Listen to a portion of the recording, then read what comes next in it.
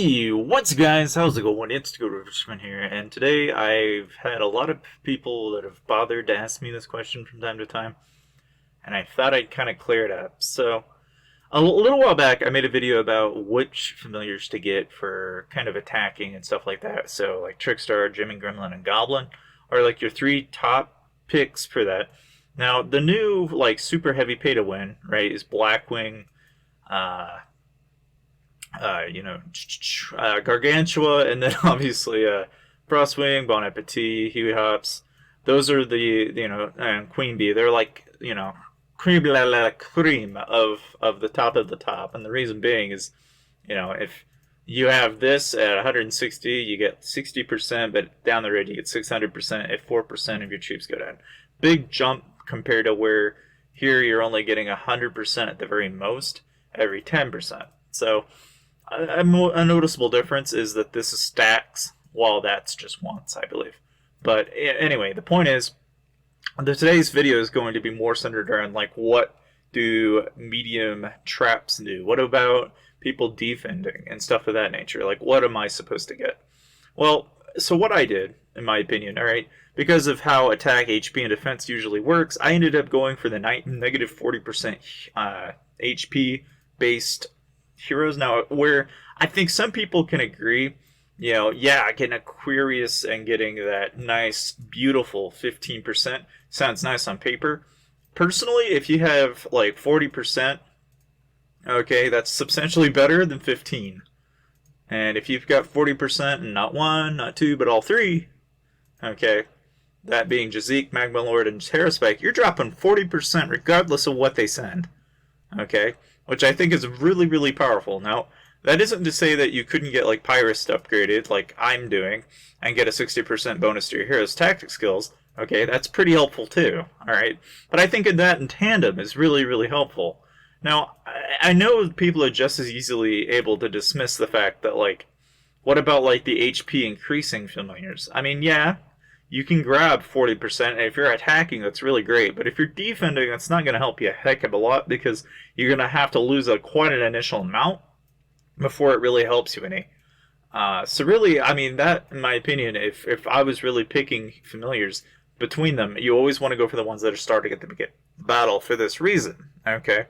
And that's just my 2 cents on that, all right? Now, as far as like garrison trapping is concerned, a lot of time people will bother me and ask me about, all right, like how exactly do you go about getting the resources to actually fund your account and to be able to do this, right? Because again, in case you're wondering how I'm doing this, okay, I'm going to break it down for you in about 3 steps, all right? You're going to have a second account. That alternate account needs to have the scout building, aka the watchtower, up to at least 24, okay?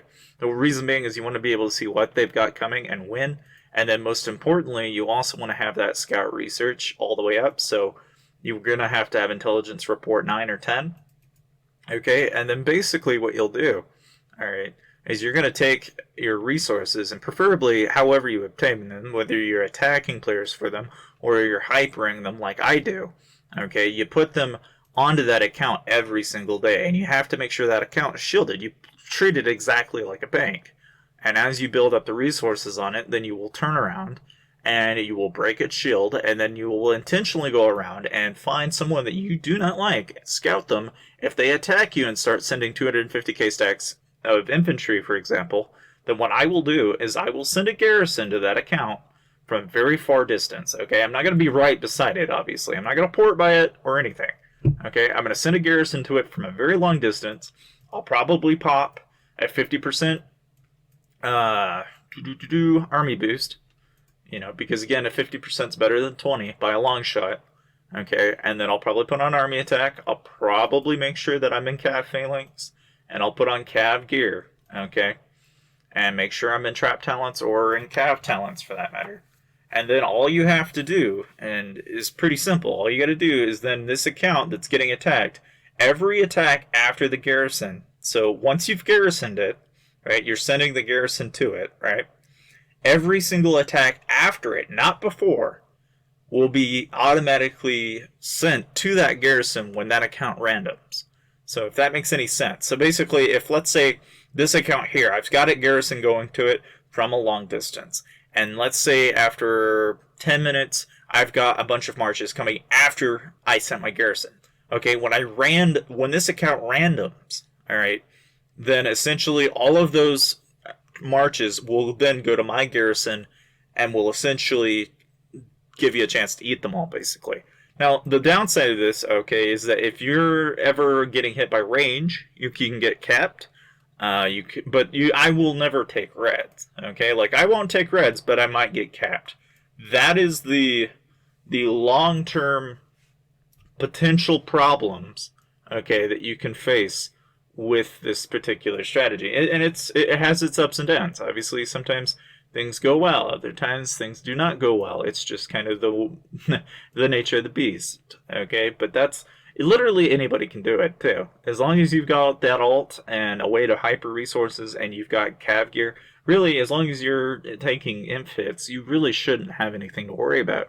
Now, of course, you can take this up a notch and you can use what is called a gryphon trap and do something very similar, but instead of having an alternate account, you just empty out your base by sending out a bunch of troops to a dark nest and basically hide them and then pull them with the gryphon and then eat the marches in random. It's not much different. It's just this method that I'm discussing with you right now with garrison trapping, okay, is substantially easier to do. It is so much easier, in fact, that compared to doing a rally trap, okay, rally traps can't even, in my opinion, do as much damage to an individual person than a garrison trap can. A garrison trap can cause so much carnage to one individual player that it makes them want to cry. And I say that because if you look at what Ticket did, all right, Ticket, not too long ago, okay, all he did was send a couple of marches, and really, I could have, at any point, I could have just waited until enough of those marches stacked up, and there was like 4 of them in a row, and I could have very easily taken out a majority of his infantry off his account, and he would not be able to get them back. Like, they'd perma die, everything would be pretty crummy from that point forward, okay? But these are things that I point this out because, these are the little things that, hopefully kind of give you some insight and some hope in playing this game still, if you're still interested. Obviously, those of you that have been playing, you know what's up. But, yeah, I mean, needless to say, I hope you guys enjoyed the video, and I'll see you guys next time.